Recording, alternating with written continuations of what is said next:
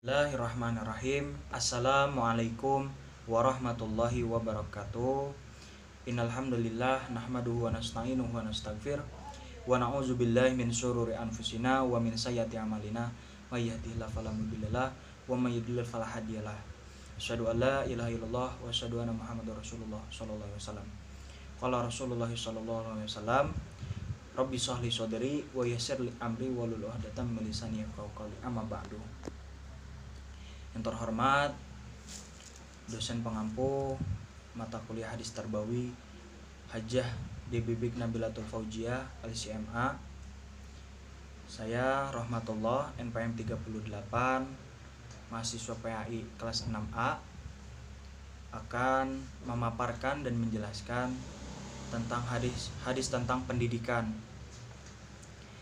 Yang saya akan bacakan yaitu hadis riwayat Ibnu Majah. Dari hadis ini dijelaskan bahwa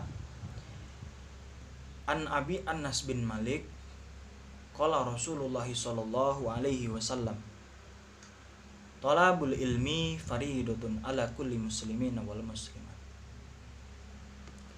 Hadis riwayat Ibnu Majah mengartikan nomor 224 dari sahabat Anas bin Malik radhiyallahu an, disahihkan oleh Albani dalam Sahih Al-Jami' As-Shaghir nomor 3913, yang artinya mencari ilmu adalah kewajiban bagi kaum setiap muslim dan muslimat. Nah, di dalam surat Al-Mujadalah ayat 58 dijelaskan, wahai orang-orang yang beriman, apabila dikatakan kepadamu berilah kelapangan di dalam majelis-majelis, maka lapangkanlah, niscaya Allah akan memberikan kelapangan padamu. Dan apabila dikatakan berdirilah kamu, maka berdirilah, niscaya Allah akan mengangkat derajat orang-orang yang beriman di antaramu, dan orang-orang yang berilmu akan diangkat derajatnya. Dan hanya kepada Allah lah orang-orang yang beriman. Nah, dari hadis ini dan QS Al-Mujadalah ini menyampaikan bahwasannya kita seluruh mahasiswa dan kaum muslimin wal muslimat sangat dan wajib hukumnya. Hukum wajib adalah jika dikerjakan mendapat pahala, jika ditinggalkan mendapat dosa. Nah, menuntut ilmu hukumnya wajib. Menurut Abu Dinata, pendidikan Islam ataupun upaya membimbing dan mengarahkan dan membina peserta pendidik yang dilakukan secara sadar dan terencana agar apa? Agar terbina suatu pribadi yang bertakwa gitu. Terbentuknya pribadi muslim yang bertakwa kepada Allah Subhanahu wa taala dan tertanam nilai-nilai ajaran Islam gitu. Di dalam bahasa Arab dijelaskan bahwa tarbiyah yang berarti pendidikan. Dalam perkembangan istilah pendidikan berarti berpendidikan, membimbing atau memberi pertolongan yang diberikan dengan sengaja kepada anak didik oleh orang dewasa agar ia menjadi dewasa dan berilmu. Nah, seperti yang kita ketahui, ilmu itu adalah petunjuk. Jadi ketika kita memiliki ilmu, kita akan mendapatkan petunjuk gitu. Ada 7 kelebihan bagi orang-orang yang menuntut ilmu, yaitu 1. Allah akan membukakan jalan bagi orang yang mencari ilmu akan menuju surga. Yang kedua, para malaikat sangat senang kepada orang yang berilmu. Yang ketiga, seluruh penghuni langit, bumi, lautan dan darat dan seisi bumi akan memohon ampun untuk orang-orang yang berilmu. Yang keempat, orang yang berilmu bagaikan bulan purnama.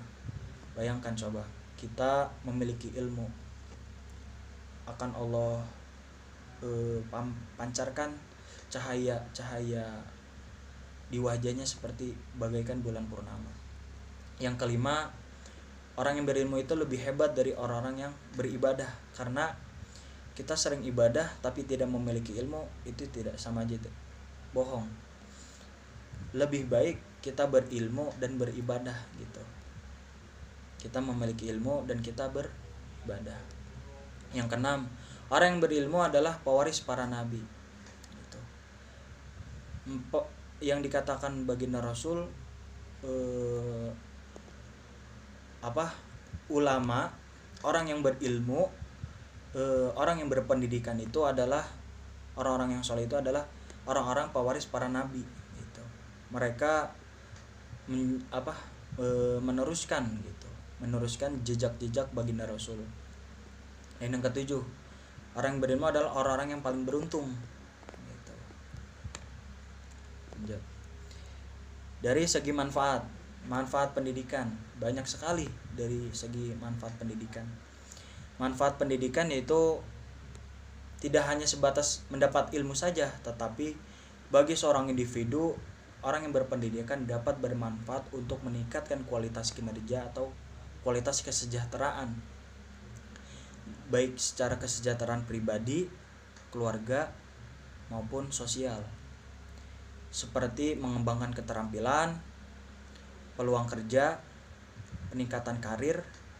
Selain itu, pendidikan juga memberikan manfaat dalam lingkungan sosial, karena kita bisa jadi orang-orang yang bermanfaat. Nah, mudah-mudahan kita semua menjadi orang-orang yang bermanfaat. Amin. Yang kedua, kalau misalkan kita dari segi finansial, anggaplah finansial itu sebuah diagram ataupun bisa kita hitung. Nah, kalau misalkan kita lihat dari hitungan, banyak orang-orang yang berpendidikan itu diangkat derajatnya dan dimuliakan. Karena kita dengan ilmu, Allah muliakan, Allah angkat derajatnya. Misalkan memiliki akses pendidikan dari yang dasar maupun yang tinggi. Mengapa pendidikan dianggap sebagai penyebab utama? Nah, itu supaya tidak terjadinya sebuah kemiskinan di negara tersebut ataupun di sekelumit keluarga gitu. Yang ketiga, manfaat pendidikan yaitu berpenghasilan. Nah, berpenghasilan yang didapat bisa lebih tinggi. Contoh, kita selaku mahasiswa, kita belajar di program studi S1. Nah, kita lanjut ke S2, maka kita mendaftarkan sebagai kepala sekolah ataupun bagian staf. Maka dari situ kita bisa ditingkatkan, beda setingkat gitu, dari tingkatan ataupun level.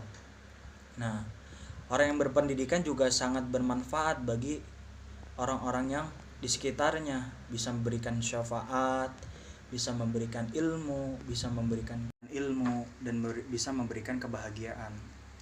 Karena dengan ilmu kita semua akan dilindungi dari perkara dunia dan akhirat gitu. Mungkin sedikit dari saya, mudah-mudahan bermanfaat untuk kita semua. Apabila ada kurangnya itu datangnya dari saya pribadi, dan lebihnya dari Allah Subhanahu wa taala.